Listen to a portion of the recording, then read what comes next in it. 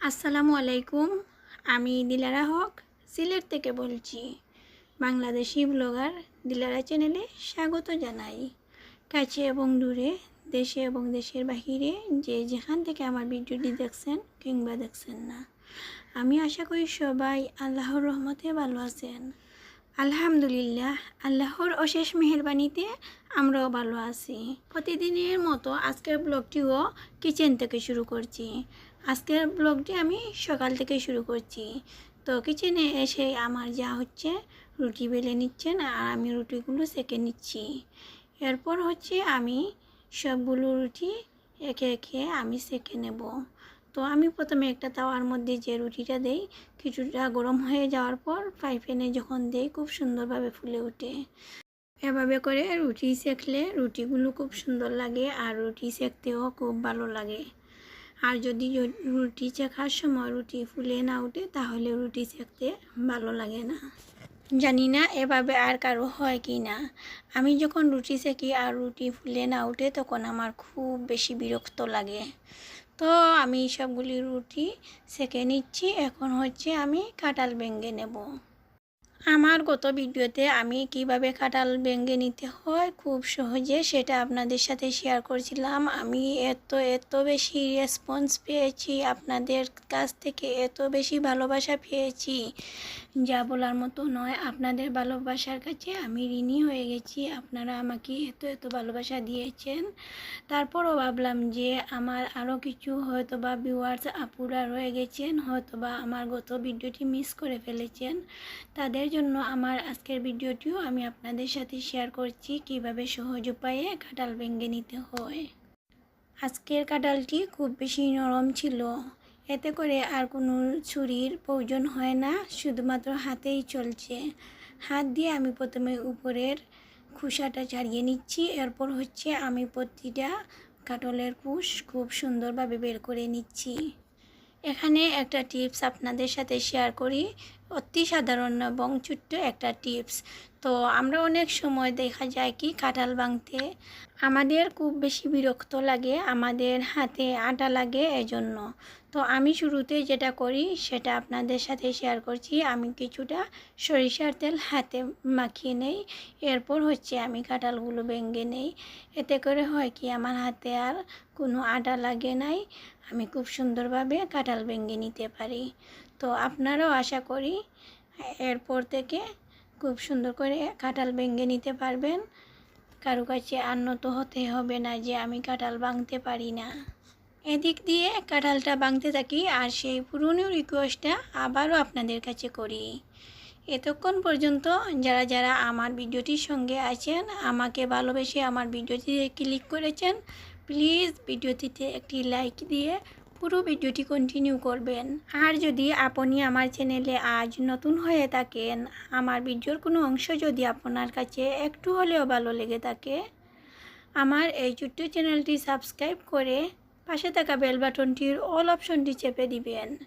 এতে করে আমার দেওয়া পরবর্তী ভিডিও নোটিফিকেশন সবার আগে আপনার মোবাইলে চলে যাবে আর আপনি আপনার সুবিধা মতো দেখে নিতে পারবেন। আর যদি আপনি অলরেডি এই কাজটি করেই থাকেন তাহলে আপনাকে অসংখ্য ধন্যবাদ। কথা বলতে বলতে আবারও চলে এলাম মূল ভিডিওতে। এখন হচ্ছে আমি গরুর মাংস দিয়ে আলুর ঝোল রান্না করব।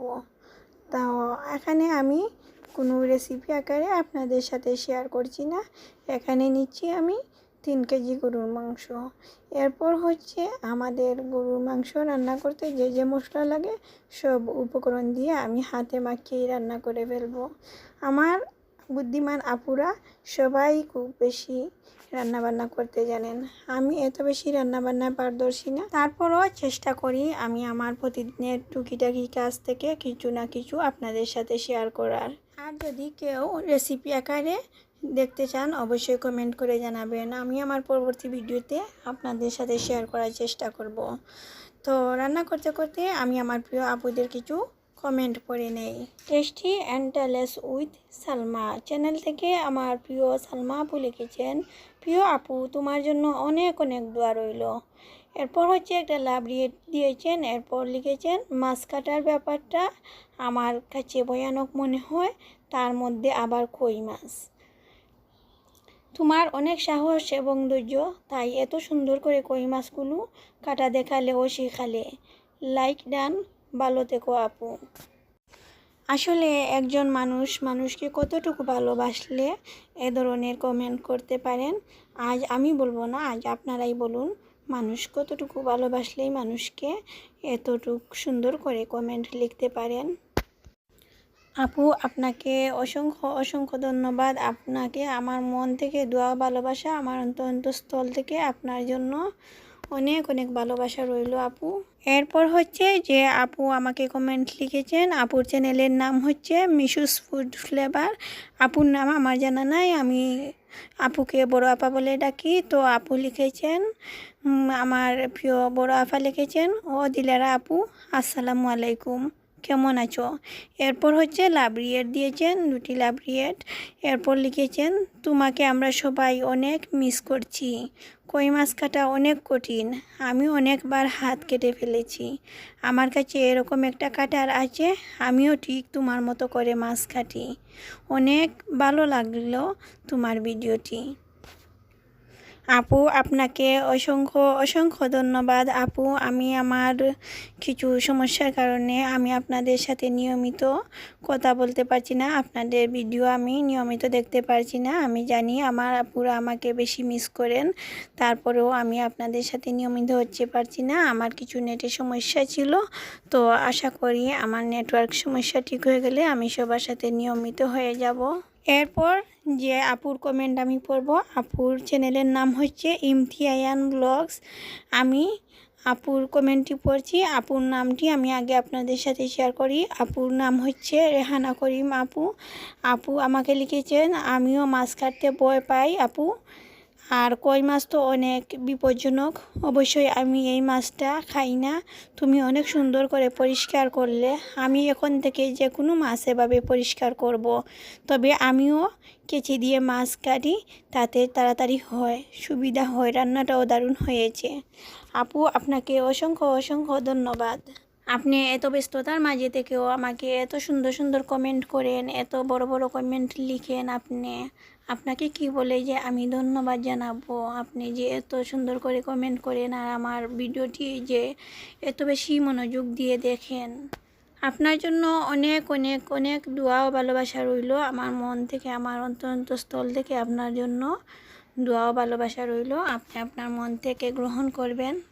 এরপর যে আপুর কমেন্টস পড়ব, আপুর নাম হচ্ছে ঝর্ণা আপু। আপুর চ্যানেলের নাম ঝর্ণাস ফ্যাশনেবল হাউস থেকে ঝর্ণা আপু লিখেছেন, 23 লাইক দিয়ে ভিডিও দেখে নিলাম। এরপর লিখেছেন, অনেক কিছু জানতে পারলাম কই কাটার টিপস। মাশাআল্লাহ, আপুদের কমেন্ট শুনলাম, রান্না দারুণ হয়েছে। কমেন্ট পড়তে আমার মাংস আলু কষানো হয়ে গেছে। এরপর হচ্ছে আমি এখানে কিছুটা ঝোল দিয়ে ভালোভাবে রান্না করে নেব। এরপর হচ্ছে আমার প্রিয় আপুদেরকে আমি একটা কথা বলতে চাই। আমার নতুন বন্ধুরা যারা আমাকে নতুন বন্ধু করেছেন, আমার সাথে অ্যাড হয়েছেন, প্লিজ দয়া করে কেউ লিখবেন না যে পাশে আছি, পাশে থেকো, এ কথাটি লিখবেন না। ইদানিং বেশ এ ধরনের কমেন্ট পাচ্ছি। আশা করি আপনারা বুঝতে পারছেন, এ ধরনের কমেন্ট স্প্যাম কমেন্টের মধ্যে পড়ে। আর কত নম্বর লাইক দিয়েছেন এটা কখনো ভুলেও কারো চ্যানেলে এভাবে লিখবেন না। অনেক পুরনো আপুরাও দেখছি এভাবে লিখেন যে এত নম্বর লাইক দিয়েছি। প্লিজ আপুরা এর ক্ষতিটা কারো করবেন না এ ধরনের কমেন্ট লিখে।